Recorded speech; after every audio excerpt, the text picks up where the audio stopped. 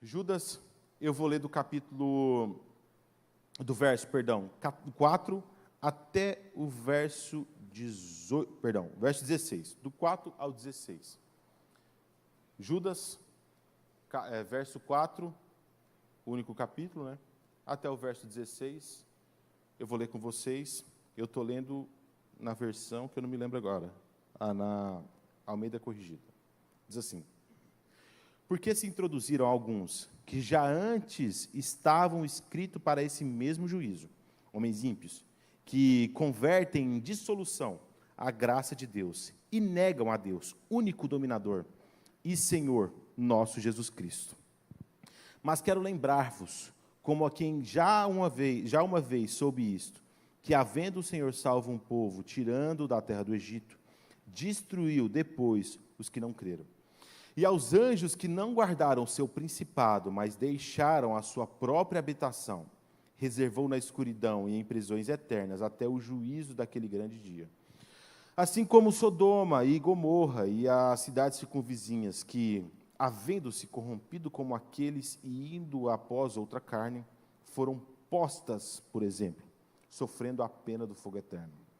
E, contudo, também estes, semelhantemente adormecidos, contaminam a sua carne e rejeitam a dominação e vituperam as autoridades. Mas o arcanjo Miguel, quando contendia com o diabo e disputava a respeito do corpo de Moisés, não ousou pronunciar juízo de maldição contra ele, mas disse: o Senhor te repreenda. Estes, porém, dizem mal do que não sabem, e naquilo que naturalmente conhecem, como animais irracionais, se corrompem. Eu vou ler de novo o verso 10. Estes, porém, dizem mal do que não sabem, e naquilo que naturalmente conhecem, como animais irracionais, se corrompem. Ai deles, verso 11.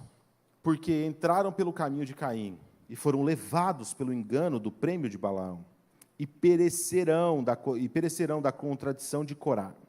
Estes são manchas em vossas festas de fraternidade, banqueteando-se convosco e apacentando-se a si mesmo, sem temor. Isso é uma outra passagem muito forte, né? Apacentando-se a si mesmo sem temor. São nuvens sem água, levadas pelo vento de uma para outra parte. São como árvores murchas, infrutíferas, 2 vezes mortas, desraigadas, ondas impetuosas do mar, que escumam as suas mesmas abominações, estrelas errantes, para os quais está eternamente reservada a negrura das trevas. E destes profetizou também Enoque, o 7º depois de Adão, dizendo: eis que é vindo o Senhor com milhares de seus santos, para fazer juízo contra todos e condenar dentre eles todos os ímpios, por todas as suas obras de impiedade que impiamente cometeram, e por todas as duras palavras que ímpios pecadores disseram contra ele. Estes são murmuradores, queixosos da sua sorte, andando segundo as suas concupiscências, e cuja boca diz coisas muito arrogantes, admirando as pessoas por causa do interesse. Pai, a Tua palavra é suficiente para nos conduzir à reflexão e à transformação de vida. Por isso eu te peço, Espírito Santo de Deus, venha com a Tua iluminação, com o Teu poder sobre nós, nos conduzindo, Pai, segundo o Teu querer.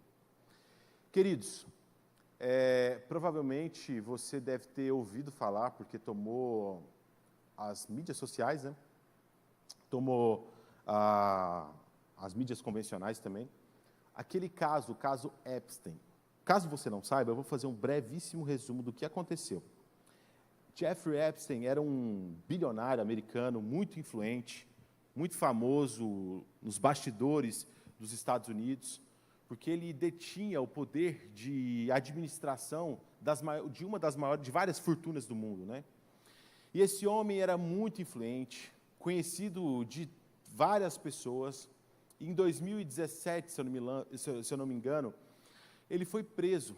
Ele foi preso por corrupção de menores. Ele foi preso, acusado por várias mulheres, já então mulheres, de terem sido abusadas quando ainda eram crianças.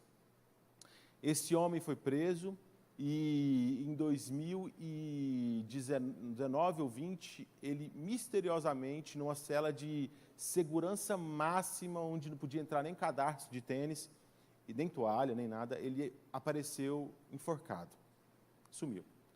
Só que os arquivos desse homem foi confiscado pela polícia, e-mails, computadores, HDs, e eram coisas tão escabrosas que nem foi divulgado no primeiro momento. Nós estamos falando de 2019, há 7 anos. Passados-se 3 ou 4 anos, soltaram uma parte dos arquivos, uma parte ínfima, e agora, no começo desse ano, soltaram, se eu não me engano, 3 milhões de arquivos, que na verdade é quase nada da totalidade dos arquivos. A maioria dos arquivos, e-mails e fotos. Esse homem bilionário tinha uma relação muito próxima com homens muito, mas muito poderosos. Ele tinha uma relação muito próxima com Bill Gates, que é o dono da Microsoft, uma relação muito próxima com Bill Clinton, ex-presidente dos Estados Unidos, com Donald Trump, atual presidente dos Estados Unidos, com vários ministros ao redor do mundo, ex-primeiro-ministro de Israel, o atual primeiro-ministro de Israel, do Reino Unido, enfim, diversas autoridades, diversos famosos que tinham contato e relação íntima com esse homem. E isso não é nenhum espanto, porque ele era um bilionário. O espanto era o que esses homens faziam com esses contatos, o que eles praticavam entre si. E vários e-mails revelaram coisas escabrosas, coisas extremamente satânicas, de rituais malignos, sacrifício humano, canibalismo, toda sorte de sacrilégio que você imaginar esses homens faziam. E isso veio à tona e trouxe uma reflexão muito profunda, pelo menos para mim, a reflexão de que o diabo, ele é muito mais astuto do que a gente imagina. Cristo, ao alertar os seus discípulos, ele disse que o mundo jaz no maligno. O mundo é como o mundo atual, esse mundo que a gente vive, caído e condicionado por nós a essa condição, tendo em vista que Paulo fala aos romanos que a natureza clama a manifestação dos filhos de Deus para aquele grande dia. Esse mundo, com todas essas mazelas, condicionadas pela nossa malignidade, ele jaz, ele está apodrecido no maligno. Ele está situado dentro do maligno, sem nenhuma condição de remissão, a não ser pelo poder de Jesus Cristo. Isso é independente, meu querido, de rico, pobre, direita, esquerda, centro, baixo, alto, preto, branco, amarelo, japonês, brasileiro, independente de qualquer nicho, todos os cantos, todos os lugares, em todas as esferas de existência, onde Cristo não é o Senhor, o mal impera, o mal coordena, seja em coisas menores, como corrupções, mentiras, traições, ou coisas maiores, como é o caso do caso Epstein, de sacrifício humano, de canibalismo, em todos os níveis. O mal impera onde Cristo não é o Senhor. Tivemos um outro caso muito assustador, semana passada, um secretário de Itubiara, o secretário da prefeitura de Itubiara, em Goiás, no sul de Goiás, ele matou os 2 filhos adolescentes e depois se matou, porque ele tinha descoberto uma traição da sua esposa.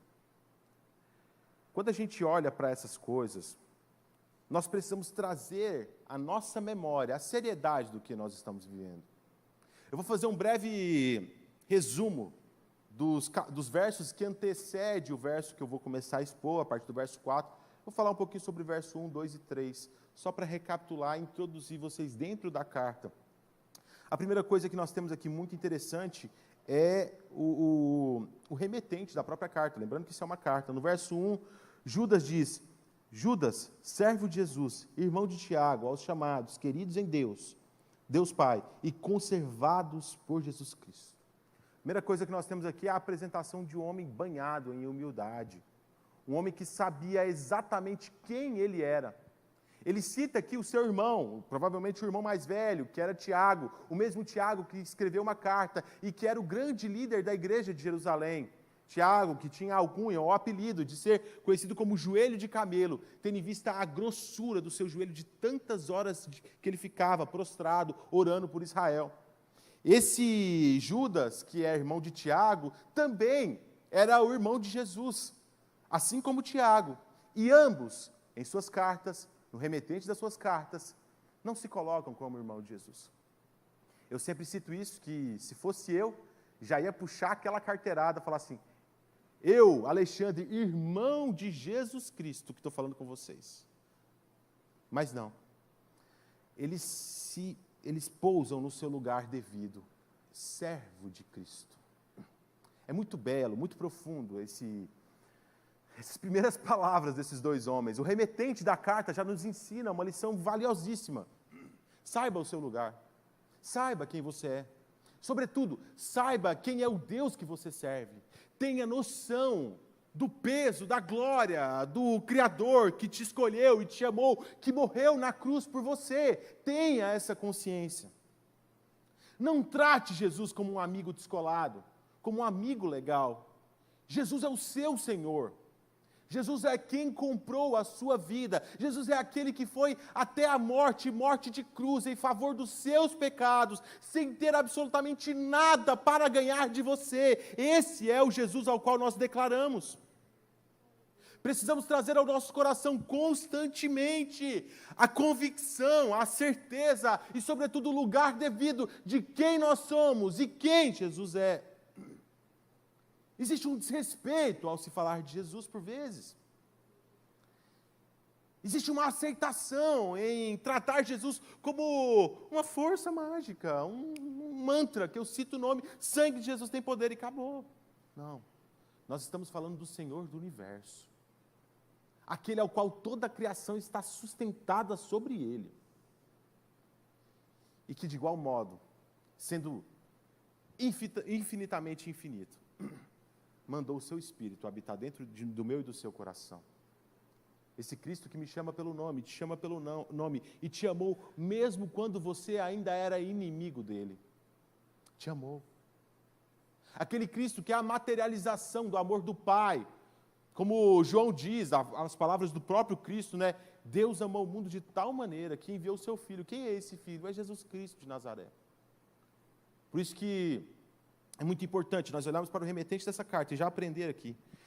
E posteriormente, aprender o destinatário da carta, que está na segunda frase aí. Ele fala de si, quem era Judas, e ele fala para quem que ele está direcionando essa carta. Aos chamados, queridos em Deus e conservados por Jesus Cristo. Meu irmão, você não é chamado por qualquer pessoa. Você não foi chamado por um amigo que estava passando, não tinha nada melhor para fazer e te levou. Você não foi chamado para uma... Não dá para eu citar o nome, quase que eu citei o nome da empresa.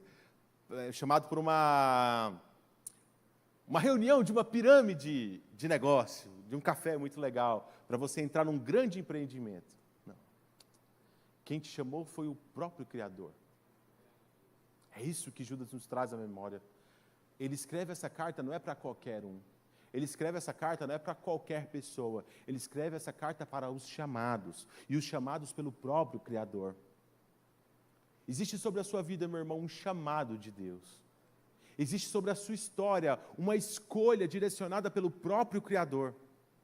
Isso é muito importante. Você não é qualquer pessoa. Você é um chamado por Deus. E ele continua, queridos pelo Deus Pai. Deus não te chamou não só, e esse chamado não é um chamado como se fosse de um soldado raso, que foi chamado para a frente de batalha, não. Esse chamado é de um pai que te quer muito bem. Você, além de ser chamado, é um chamado muito querido pelo Deus Pai. E ele finaliza dizendo que você é conservado por Jesus. Não é pelo botox ou pela cirurgia plástica que te deixa mais jovem. Você é conservado, protegido. Eu vou citar um exemplo da roça aqui. Quem é mais antigo vai saber o que eu vou falar aqui. Na roça você tem, uma das formas de você conservar uma carne para ela não apodrecer, é você pegar uma lata daquelas de 18 litros, encher de banha e colocar a carne frita lá dentro. E aí dura meses, meses e meses e meses. Quem aqui já viu isso? Não tem problema, você pode revelar a idade, não fica branco, pode levantar a mão. Então, essa é uma maneira de conservar, uma imersão dentro daquela substância que preserva ela de patógenos, de coisas externas que vai apodrecer. O processo de nós, dentro de Cristo, é igual. Nós estamos imersos na pessoa de Cristo, guardados, conservados, protegidos desses patógenos externos, dessas malignidades que nos cercam ao derredor, mas que não conseguem nos atingir, porque estamos guardados, conservados em Jesus. Você, além de ser chamado, é um chamado muito amado pelo Deus Pai, e está guardado do mundo dentro de Jesus Cristo, por Jesus Cristo. Então nós temos o remetente, o destinatário, e aí depois, no verso 3, ele vai dizer o seguinte: amados, procurando eu escrever-vos com toda diligência acerca da comum salvação, tive por necessidade escrever-vos e exortar-vos a batalhar pela fé que uma vez foi dada aos santos. Aqui no verso 3, nós temos um desabafo de Judas. Judas chega e diz: meus irmãos, eu queria escrever para vocês sobre a graça comum. Esse era o meu desejo. Essa era a minha vontade. O tema ao qual eu queria me debruçar e gastar tempo com vocês era sobre a graça comum que nos encontrou. Mas, por necessidade, escrever-vos e exortai-vos a batalhar pela fé que uma vez foi dada aos santos. O verso 3 é muito importante, porque aqui, antes de falar sobre o tema próprio da carta, nós temos Judas falando as motivações dele, abrindo o seu coração. Ele chega: meus irmãos, a minha vontade mesmo, o tema que eu queria escrever, era sobre a graça comum. Mas por necessidade, por urgência, eu preciso falar sobre outra coisa com vocês. Eu sou escritor e eu amo escrever. A coisa que eu mais gosto de escrever é ficção. Eu comecei a escrever porque eu escrevia ficção. O primeiro livro que eu fiz foi um livro de ficção. E eu devo ter, sei lá, umas 22 ficções escritas, livros escritos, semi-finalizados, só finalizar. E eu lancei só um, e nem foi porque eu quis, foi por necessidade. O que eu mais gosto de escrever, eu nunca lancei, que é ficção. Por quê? Porque eu tenho outras necessidades, outras prioridades mais urgentes. Eu me identifico muito com Judas quando ele fala isso, toca muito ao meu coração, porque mostra o peso da exortação que vem a seguir. Não que a graça comum, o tema ao qual ele queria discorrer com esses irmãos, não fosse importante, muito pelo contrário, é extremamente importante, mas tem um tema, rodava um tema sobre a igreja que era mais urgente. E é sobre esse tema que eu quero falar com vocês nos próximos minutos. Sobre a luta pela fé, a batalha da nossa fé. Judas chega e dá o tema aqui, ó. Vou exortar vocês a escrever a batalhar pela fé que uma vez foi dada aos santos. Essa carta, gente, não é uma carta para novo convertido. Essa não é uma mensagem evangelística. Essa é uma mensagem de vigor, de urgência, de exortação, sobre uma necessidade, a necessidade de todo crente lutar pela fé ao qual foi dada a ele. Perceba que a palavra utilizada por Judas é muito precisa. Ele nos aconselha, ele fala que ele quer abordar a necessidade de todo cristão batalhar pela sua fé. Não é um mero conselho a preservar a fé, não é um mero conselho a conhecer mais sobre a fé, não, é a gastar energia, vigor, sangue, suor, e se for necessário, morrer em batalha por essa fé que foi lhe dado, lhe foi entregue como graça. Isso mostra o peso dessa carta. Isso mostra a urgência desse texto. E a partir do verso 4, Judas diz o seguinte: porque se introduziram alguns que já antes estavam escritos para esse mesmo fim, homens ímpios, que convertem em dissolução a graça de Deus e negam a Deus, único dominador e Senhor, nosso Jesus Cristo. Meus irmãos, a palavra utilizada ali para batalhar é uma palavra muito específica dentro do mundo grego. Agonizestai, que quer literalmente dizer esforço agonizante. É emitir, exercitar um esforço agonizante por um tema. Meu irmão, nós precisamos entender que a nossa luta não é contra carne nem sangue. A nossa luta não é contra CPF. A nossa luta é contra hostes espirituais. O inimigo, ele é voraz, não só para tragar as nossas vidas, mas para tragar milhões e milhões de pessoas à degradação. Olha só o que Judas diz aqui, ó. Esses homens ímpios que convertem, distorcem em dissolução a graça de Deus e negam a Deus. A primeira característica, a primeira coisa que Judas nos diz é o seguinte: vocês precisam batalhar pela fé, porque entraram no meio de vocês homens que foram anteriormente alertados que iriam entrar, e que esses homens têm como primeiro ato perverter a graça de Deus. E o que é perverter a graça de Deus?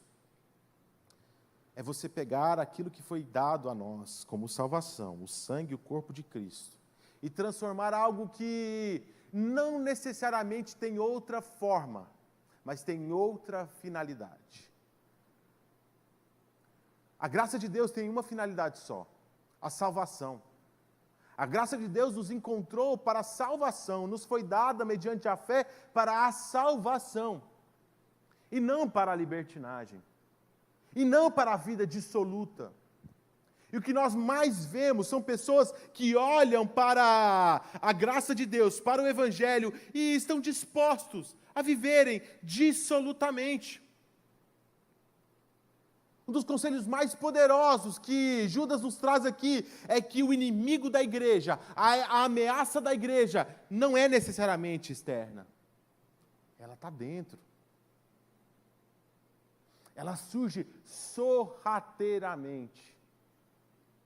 Ela vai entrando devagarinho, sem causar espanto, sem causar estranheza, mas contaminando. Eu vi uma reportagem, me mandaram, na verdade, uma reportagem, em Rios, na verdade, da despedida de uma dançarina, me fugiu o nome dela agora, enfim, uma dançarina que era uma dançarina de Salvador, que ela é muito famosa, e ela há alguns anos se converteu, e era o último carnaval de Salvador dela, o último ano que ela ia participar do carnaval de Salvador. E aí, eu fui ver a reportagem, Carla Pérez, lembrei o nome. Essa mulher, uma dançarina, que há muitos anos se converteu ao Evangelho, estava se despedindo do carnaval. E eu falei, olha só, será que ela rompeu com tudo isso? Não, ela só se despediu, não tem nada a ver, porque ela já é crente há muitos anos, e ela continuava fazendo o carnaval de Salvador. E aí você olha para isso e pensa, mas é o trabalho dela, pastor. Como que você vai compactuar, gente, com um ambiente onde existe traição, promiscuidade, drogas, toda sorte de coisa pérfida, de coisa maligna. Como que você vai participar e ser o grande sacerdote dessa festa? Porque ela está tocando, ela está cantando, ela está conduzindo, ela está fazendo um ofício sacerdotal ali, é igual eu aqui. Ela está cantando músicas de promiscuidade, ela está, não muda nada, aquilo é um grande ritual. Como? Como que isso é possível? Me mandaram também, isso já tem uns meses, um pastor falando que se arrependeu de batizar uma cantora sertaneja. E essa cantora sertaneja ficou revoltada. E eu fiquei pensando, eu falei, gente, como? A mulher vai falar de chifre, de bebedeira, de traição, de uma série de coisas malignas, coisas que levam pessoas ao inferno todos os dias. E ela acha que ela é crente. Como? Como, meus irmãos, que essa pessoa entra numa igreja, semana após semana, escuta a exposição da palavra e não abandona as suas velhas práticas? Como? Como que ela olha para isso e acha, não, está tudo bem, é só a minha profissão? Como? Espírito maligno é esse que ensurdeceu essa pessoa, cegou essa pessoa. Mas aí, vamos descer um degrau para o nosso cotidiano. Como que nós somos tão rápidos em ceder a pessoas desse perfil? Uma das maiores desgraças da internet é que a internet deu voz a tudo quanto é tipo de homem citado por Judas. A internet deu voz para todo tipo de pessoa igual a esse homem, esse herege citado por Judas, que perverte o mal, que converte a graça em dissolução. E aí, o pastor está pregando aqui, há 20 anos no mesmo púlpito, compartilhando o chão da igreja com cada um dos irmãos, vivendo o dia a dia com os seus acertos e defeitos, como qualquer ser humano. Mas um homem na internet, ao qual essa pessoa nunca compartilhou a sua tristeza, a sua dificuldade, é capaz de influenciar o coração dessa pessoa. Como? A gente olha por vezes para as Escrituras e nos distanciamos dos textos. Achamos que isso aqui é para um tempo passado, que essa história não se aplica a nós, que isso aqui era para a igreja ao qual Judas estava direcionando os ensinamentos, mas não, meus irmãos. Para pensar quantos crentes, quantos filhos de crentes estão nesse momento, no carnaval, arrebentando a sua vida. Gente, uma menina ontem morreu, eu abri o jornal, eu sempre abro o jornal para ver, eu abri um jornal ontem, uma menina morreu. Olha a forma como uma menina morreu, de 20 e poucos anos, fazendo faculdade federal, já estava ali, tinha passado no vestibular, já estava fazendo faculdade. Ela ficou bêbada, chapada de tudo, junto com os amigos, foi fazer uma graça junto a um caminhão de lixo, que estava limpando ali, onde foi o carnaval, escorregou, caiu dentro e foi triturada. Bêbada, bêbada, bêbada. A cena foi tão chocante que os amigos tiveram que ir para uma ala psiquiátrica, porque eles ficaram em choque. Olha que coisa satânica, gente. Como? Você sabe que uma das minhas maiores frustrações como pregador e como pastor, é raro, mas acontece sempre. Estou brincando, acontece não sempre, mas acontece. É você ficar aconselhando pessoas no mesmo defeito, no mesmo erro, 20 anos, 10 anos, 5 anos. Você ficar num ciclo repetido, ano após ano. Você gastar o seu tempo com uma pessoa, sua energia com a pessoa, a sua disposição, a oração, tudo. E aí a pessoa tem uma melhora. E aí ela escuta de um amigo, de não sei o quê, de um pregador, fulano de tal, e aí tudo vai por água abaixo. Parece que a gente está gritando no meio de uma multidão barulhenta, sabe? E muito disso se dá por essa situação. Essas pessoas que se infiltram dentro da igreja, pregadores de internet, pregadores que estão lá, do outro lado do mundo, pouco se lixando para você, que se você quebrar, não vai orar um segundo por você, meu irmão. Que se seu casamento estiver pronto para se desfazer, não vai gastar um tempo contigo. Que se você precisar de uma visita no hospital, não vai te visitar. Mas que tem um poder de influenciar muito determinadas pessoas. O conselho de Judas é muito mais intenso para os nossos dias do que no tempo de Judas. Porque esses homens têm uma voz muito mais estridente do que no tempo dele. Muito mais viral, literalmente falando, do que no tempo dele. E aí, Judas, ele finaliza esse verso dizendo o mecanismo que essas pessoas fazem. Qual que é o mecanismo dessa conversão da graça para a dissolução? E ele diz: e negam a Deus, único dominador e Senhor nosso Jesus Cristo. A gente pensa que negar a Deus é aquele satanista que vai virar uma cruz de cabeça para baixo e dizer um monte de absurdo sobre Deus. Não. Negar a Deus está muito mais próximo do discípulo como Judas, homônimo desse homem aqui, mas não é o mesmo homem. Está muito mais próximo dele, que andou 3 anos e meio com Jesus. E na primeira oportunidade de se beneficiar segundo os conselhos humanos, foi lá e largou Jesus e foi fazer outra coisa. Negar Jesus não está próximo do satanista que está matando um animal lá, num bandista que está num terreiro de macumba. Esse é muito evidente. Mas esse homem, aqui citado por Judas, está muito mais próximo do jovem rico, que gostou da mensagem de Jesus, que achou Jesus muito legal e descolado, mas na hora de largar tudo que ele fazia, pegar na sua cruz e seguir a Cristo, olhou e disse: não, Jesus, eu prefiro te assistir do meu camarote VIP. Eu vou te assistir, te acho muito descolado, você é muito legal, mas assim, ó, eu não vou me envolver, eu estou sem tempo, Jesus. A minha vida está uma correria louca. Esse é o mecanismo de negar a Cristo. Toda pregação, todo ensinamento que te descola da urgência escatológica do Evangelho, te leva a uma vida de negação a Deus.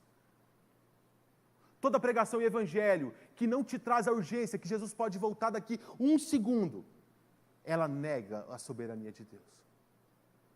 Ela te leva a uma vida materialista e vazia.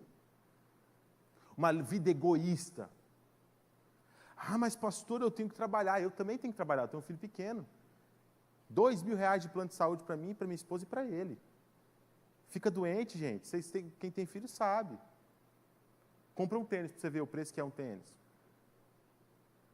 Graças a Deus não está usando mais fralda. Tem alguns anos que não usa fralda e nem toma mais leite não, mas, irmão, quando era leite não, cada carimbada que ele dava, quando usava fralda, cada carimbada era R$1,80 que eu contava. Eu estava igual um caixa ali contando R$1,80, R$1,80, R$1,80, quando eu via tinha R$18 de fralda num dia. Meu Deus, R$18 para quê? Para ele literalmente só jogar fora. Eu sei que você tem que trabalhar. Mas, meu irmão, nada disso pode te furtar, pode te cegar para o princípio básico da sua vida. Judas diz aqui, ó, negam a Deus, único dominador e Senhor nosso, Jesus Cristo. As 2 palavras utilizadas por Judas aqui são muito específicas. A primeira, dominador, despotai, que dá origem à palavra déspota, que no nosso português tem uma conotação muito negativa de alguém tirano, ruim, mas que no conceito aqui era aquele que detinha o poder. Esse era o déspota. Era o despotai, na verdade, aquele líder que detinha o poder sobre as suas mãos. O governo, a liderança. E a outra, utilizada por ele aqui, Kyrios, que é o Senhor, que não é o seu Zé, o seu João, não dá para usar Zé, né? Porque deu um auê, literalmente, né? Não é o João, o seu Pedro, é o Kyrios, é o Senhor soberano. Obrigado.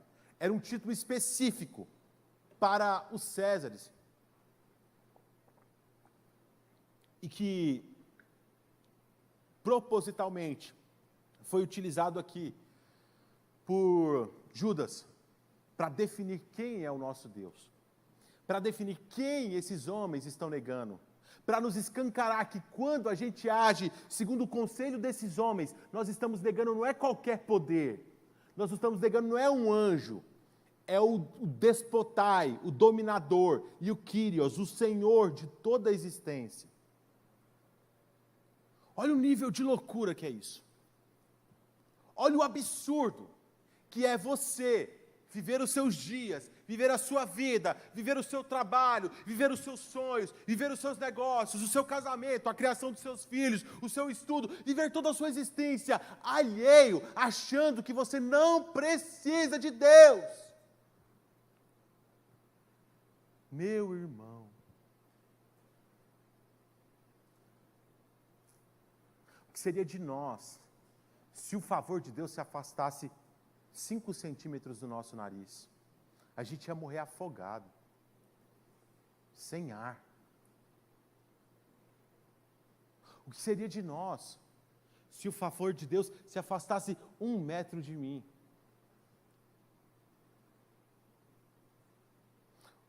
Paulo, ao expressar a grandiosidade de Deus, usa todas as figuras de linguagem geográficas, de localidade possível.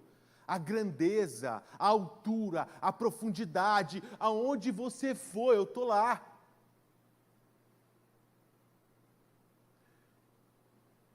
Eu vou citar um exemplo prático. Uma das coisas que mais faz sucesso hoje em mídia social e de consumo, o tipo de livro mais vendido hoje é sobre negócio. Resumindo, livro para ficar rico. Né? E é o mais vendido. Pode olhar lá nos top 10 dos best-sellers, Mais Esperto que o Diabo, O Homem Mais Rico da Babilônia, Fico Rico não sei o quê. As pessoas olham para a riqueza, olham para os bens com muito mais prazer, intensidade e desejo do que olham para a vontade de Deus. Elas têm muito mais disponibilidade para escutar um coach ensinando sobre fórmulas de riqueza do que para escutar uma pregação das mais simples sobre a grandeza e o poder da graça do Senhor Jesus Cristo. E, novamente, eu não estou fazendo um discurso contra a riqueza, meus irmãos, muito pelo contrário. A Bíblia sempre evidenciou homens ricos, como Salomão. O problema não é a riqueza, o problema não é o dinheiro, o problema é o amor ao dinheiro. Você acha que Cristo, acho que Deus, quando foi te criar, olhou para você e disse, não, eu vou criar o Alexandre para ele ser multimilionário. O que adianta? O que adianta? Na melhor das hipóteses, meus irmãos, você vai viver aqui 90, 95, 100 anos. Isso custa a sua eternidade. Só que o envelope é muito bonito. O dilema do jovem rico, gente, é muito profundo. O dilema do jovem rico nos leva a reflexão muito profunda. A gente olha e fala, nossa, que jovem de coração duro. Mas não é assim. Não. Talvez se fosse eu ou você no lugar dele, a gente teria a mesma reação. Teríamos saído com o semblante caído. Sem disponibilidade no coração de entregar a totalidade de Cristo. Na continuidade, do verso 5 ao verso 7, Judas aprofunda um pouco mais essa reflexão. Ele diz o seguinte, mas quero lembrar-vos, como a quem já uma vez soube isso, que havendo o Senhor salvo um povo, tirando da terra do Egito, destruiu depois os que não creram. Aqui, a primeira coisa que Judas faz é trazer a memória do povo. Gente, o que eu estou falando para vocês não é nenhuma novidade. O que eu estou falando para vocês não é algo novo. Mas é necessário de ser revisitado por vocês. E aí ele traz o exemplo prático do povo de Israel. Lembre-se, traz a memória de vocês, que o Senhor salvou um povo, mas também esse mesmo Senhor que salvou, condenou os que agiam de forma perversa. Eu quero, como ilustração disso, ler com vocês Êxodo, que é o texto que ele cita aqui, Êxodo 32. Quem tiver Bíblia pode abrir. Aqui a gente tem o povo aos pés do Monte Sinai, aos pés da revelação. Nós temos o povo, depois que Moisés chegou e subiu, enfrentando um dos momentos mais difíceis para todo cristão, que é o silêncio de Deus. Eu vou fazer eu vou recapitular aqui de forma muito breve, tá? Mas aqui, a gente tem o povo saindo do Egito, passando pelo Mar Vermelho, fazendo algumas peregrinações, e depois chegando ao pé do Monte Sinai. A cena do Monte Sinai é a seguinte, como a Bíblia nos descreve. O monte estava soltando raio para tudo quanto é lado. Uma nuvem espessa estava ao redor daquele monte. Era uma barulheira, estava tremendo a terra. Era uma cena muito impactante. A reação do povo foi o quê? Moisés, vai lá por nós. Moisés falou, não, gente, vamos chegar lá. Moisés tenta levar todo mundo, vamos lá comigo, gente, vamos chegar lá perto. Vamos, testifica da glória de Deus. O povo, não, Moisés, vai por nós. É muita gente. Vai dar muita bagunça, vai ter que pegar muita senha para Deus atender todo mundo. Vai só você lá. É como se, Moisés, se der um problema, antes você do que eu. Se alguém tiver que morrer, antes que morra você, que a gente saia vivo. Moisés sai, sobe ao cume do Sinai e fica lá com Deus. Nesse inteirinho a gente tem Êxodo 32, onde ninguém mais viu Moisés, ninguém escutou mais nada sobre Moisés, e de forma muito rápida, o povo fez o seguinte. Mas verso 1 do 32º capítulo do Êxodo. Mas vendo o povo que Moisés tardava em descer do monte, ajuntou-se o povo a Arão e disseram-lhe, olha só a cena descrita, o povo viu, falou, cadê esse homem? Sumiu? Precisamos tomar uma decisão. O povo chamou Arão e disse, Arão, nós temos um negócio para te dizer. Aí o povo disse, levanta-te, faz-nos um Deus que vá adiante de nós, porque quanto a este Moisés, a este homem que nos tirou da terra do Egito, não sabemos o que lhe sucedeu. Arão lhes disse, arrancai os pendentes de ouro, que estão nas orelhas das vossas mulheres, e dos vossos filhos, de vossas filhas, e trazei-mos. Então, todo o povo arrancou o pendente de ouro, que estava nas suas orelhas, e o trouxeram a Arão. E ele os tomou na sua mão, e formou o ouro com um burril, e fez dele um bezerro de fundição. Então disse, estes são os teus deuses, ó Israel, que te tiraram da terra do Egito. Arão, vendo isso, edificou um altar diante dele. E Arão apregoou, olha só, apregoou e disse, amanhã será a festa do Senhor. E no dia seguinte, madrugaram, e ofereceram-lhe holocausto, e trouxeram ofertas pacíficas, e o povo assentou-se a comer e a beber. Depois levantaram-se a folgar. Olha que cena maligna. Um povo que não soube esperar o silêncio de Deus. Um povo que tinha consciência, porque ele chega para Arão e diz assim, ó, Arão, aquele Moisés que nos tirou do Egito, a gente não sabe dele. Eles reconheciam que Moisés tinha tirado eles do Egito pelo poder de Deus. Mas que não estava disposto a se envolver com Deus ao ponto de ter que esperar o silêncio dele.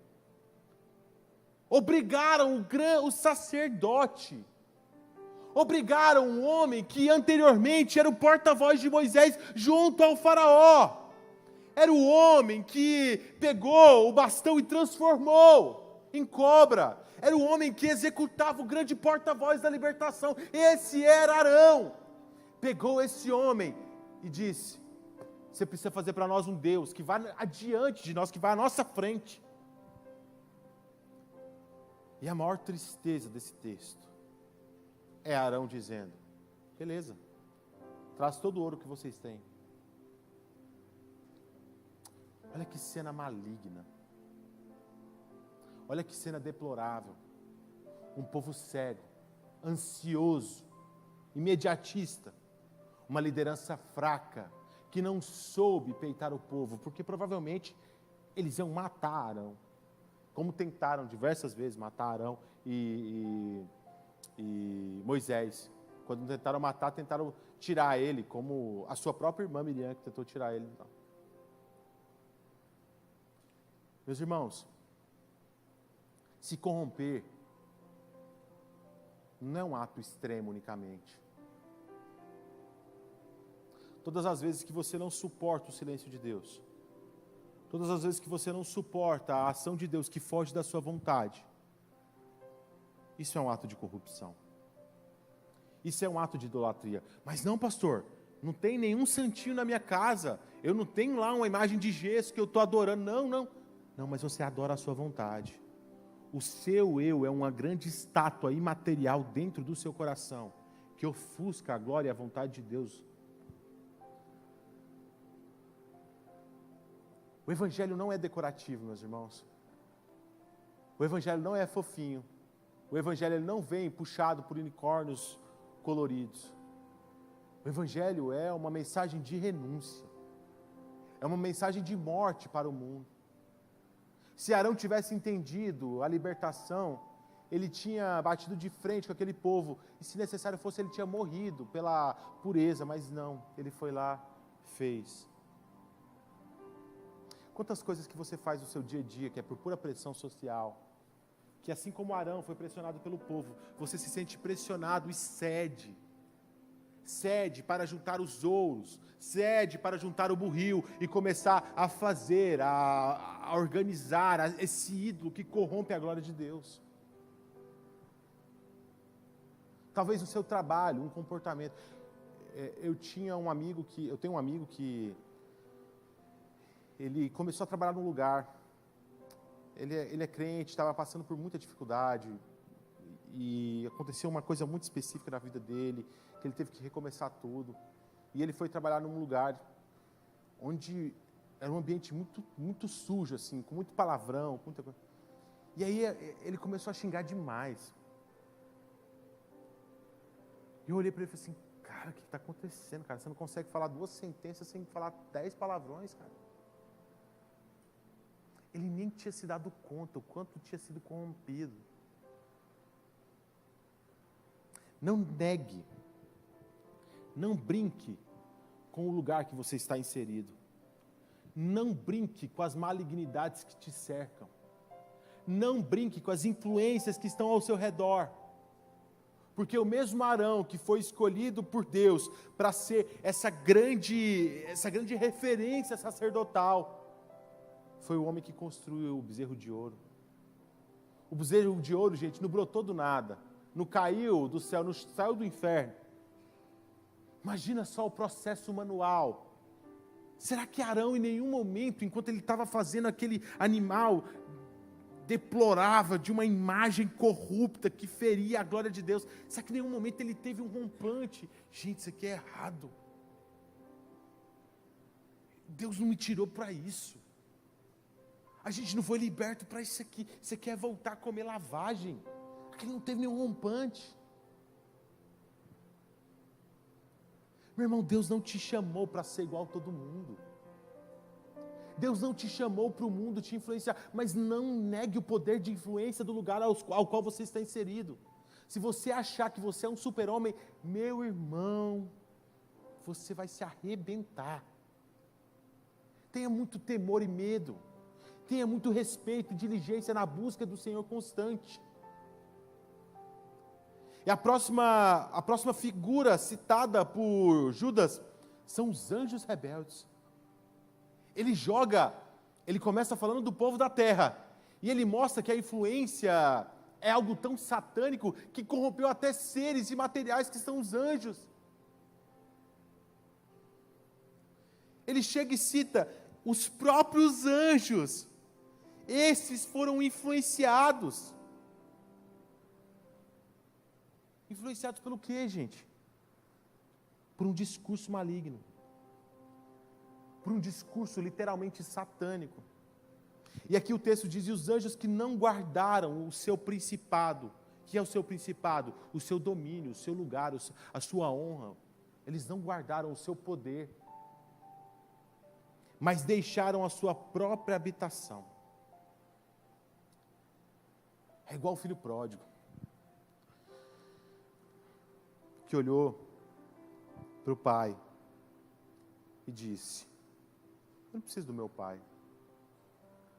Eu consigo fazer do meu jeito. Eu não preciso. Eu não preciso da influência do meu pai.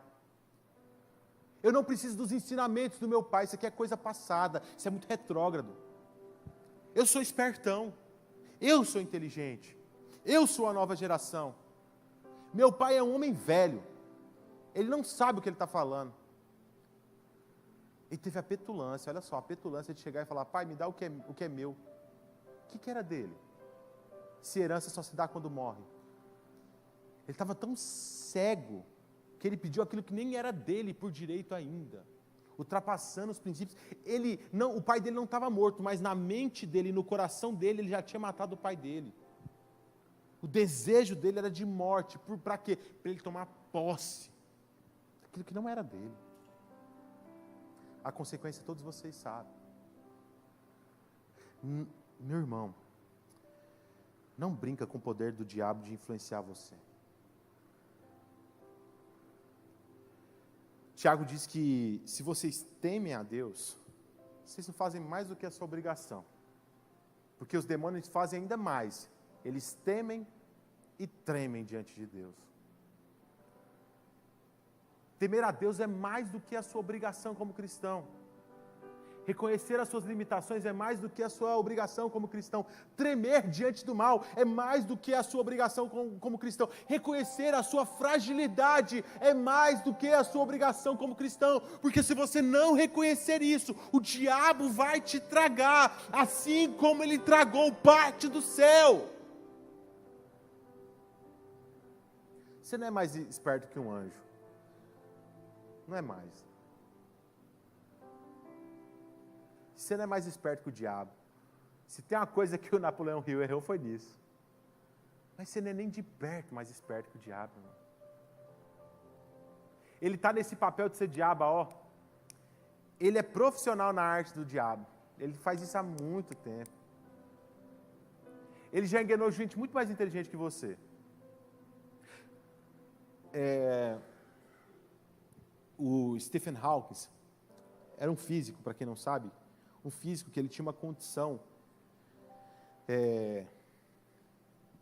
de paralisia. Ele tinha, não sei qual era a doença, mas ele não tinha movimentação nenhuma, ele era paralisado. Uma das coisas mais chocantes nessa lista do Epstein que eu falei para vocês é que o Stephen Hawking estava lá. Aquele homem com QI elevadíssimo, extremamente inteligente, um gênio do nosso tempo, ia para uma ilha sem poder se mexer. Ele não mexia, gente, para assistir a abusos, para assistir perversões, rituais satânicos. Nós precisamos ter muito temor. E por fim dos seus exemplos, já caminhando para o fim também, nós temos ele citando Sodoma e Gomorra.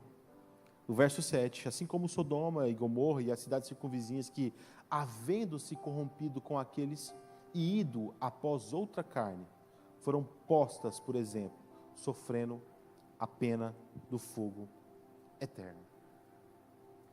Meus irmãos, Sodoma, Gomorra, foi evidenciado, destacado, como um símbolo de malignidade. No verso 19, no capítulo 18 de Gênesis, nós temos Deus conversando com Abraão, e ele destaca que a malignidade de Sodoma subiu às narinas de Deus. E aí, Abraão, com o coração muito entregue ali ao seu familiar, a Ló, seu sobrinho. Ele começa a argumentar com Deus, mas não tem nenhum justo ali.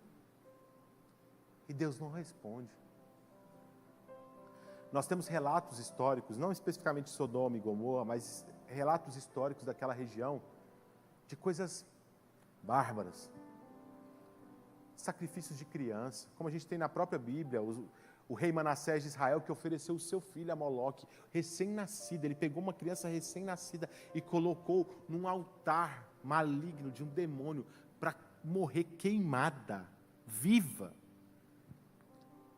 E diversas outras malignidades. E o texto conta uma narrativa no capítulo 19 do Gênesis, que evidencia o nível de degradação moral que aquela cidade tinha. Após a argumentação de Abraão com Deus, alguns anjos vão até a cidade de Sodoma e procuram Ló. Ao chegar lá, aqueles homens eram tão corruptos, tão lascivos, tão malignos, que sentiram atração sexual por aqueles anjos. A atração sexual foi tão devastadora, que eles se juntaram, vários homens, bateram na porta de Ló e disse, manda esses homens para cá que nós queremos violá-los. Olha que povo desgraçado. Bota eles para fora que nós queremos violar esses homens. E aí o texto discorre ali, até que por fim, todos aqueles homens são cegos pelo poder dos anjos. Mas o ponto principal, destacado por Judas aqui, é isso. Sodoma não começou nesse nível de malignidade. A malignidade é uma espiral que vai começando gradativamente, até atingir esses ápices extremos.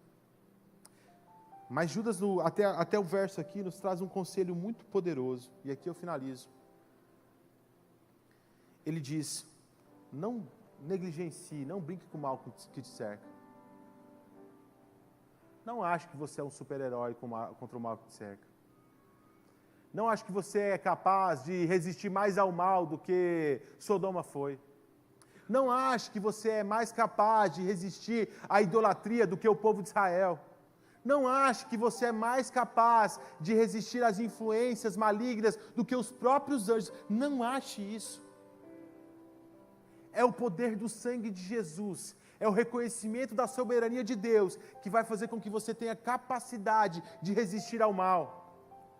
Se você todos os dias não acordar e dizer, Deus, eu preciso de Ti, você vai cada vez mais escalando em sua malignidade, até a loucura de achar que você não precisa de Deus. E aí você vai viver uma vida de vazio. Uma vida de autossuficiência ilusória. Que nessa noite o Espírito Santo venha trazer aos nossos corações não só uma consciência retórica de que Deus é Deus, isso é muito pouco. Não só um mero temor, isso é muito pouco. Os demônios sentem muito mais do que isso. Que nessa noite o Espírito Santo venha trazer temor, tremor, amor, dedicação e devoção ao Senhor. Porque Ele é merecedor de tudo isso. O que difere você, das pessoas que estão se acabando no carnaval, meu irmão, é só a graça de Deus. Poderia ser você, cego pelo diabo, acabando com a sua vida numa avenida qualquer. Mas o Espírito Santo nos encontrou, meu irmão. A graça nos achou algo muito precioso, que nós viemos valorizar isso segundo o poder do Espírito. Quero que você fique de pé no seu lugar. Quero que você coloque a mão no seu coração e comece a declarar, Deus, eu preciso de Ti, Jesus. Deus, traga ao meu coração o temor ao Senhor. Deus, me ensine a ter o temor, um temor reverente. Deus, me conduz a amar a Tua obra, a amar ao Senhor mais do que todas as coisas, Pai. Senhor, livre o Teu povo, livre a mim, livre a todos nós, de não ser igual ao povo de Israel, que em pouco tempo de silêncio saiu e construiu um ídolo para si. Não, por favor, Jesus, não nos deixe caminhar por esse caminho de loucura.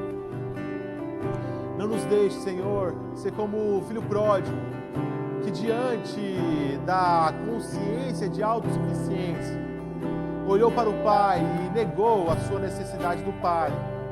Só quis os benefícios do Pai, pegou esses benefícios e saiu e gastou tudo de forma dissoluta. Não, Pai, não deixe que a gente olhe para a sua graça e acha que ela é tão barata ao ponto de eu viver da forma como que eu quero. Não, Pai, não permita isso. Não permita, Jesus. Nós somos carentes de Ti, Jesus. Nós somos necessitados do Teu poder. Venha sobre nós e manifeste a Tua presença. Pai, nós somos como filhos pequenos, completamente dependentes de Ti, Jesus. Aleluia.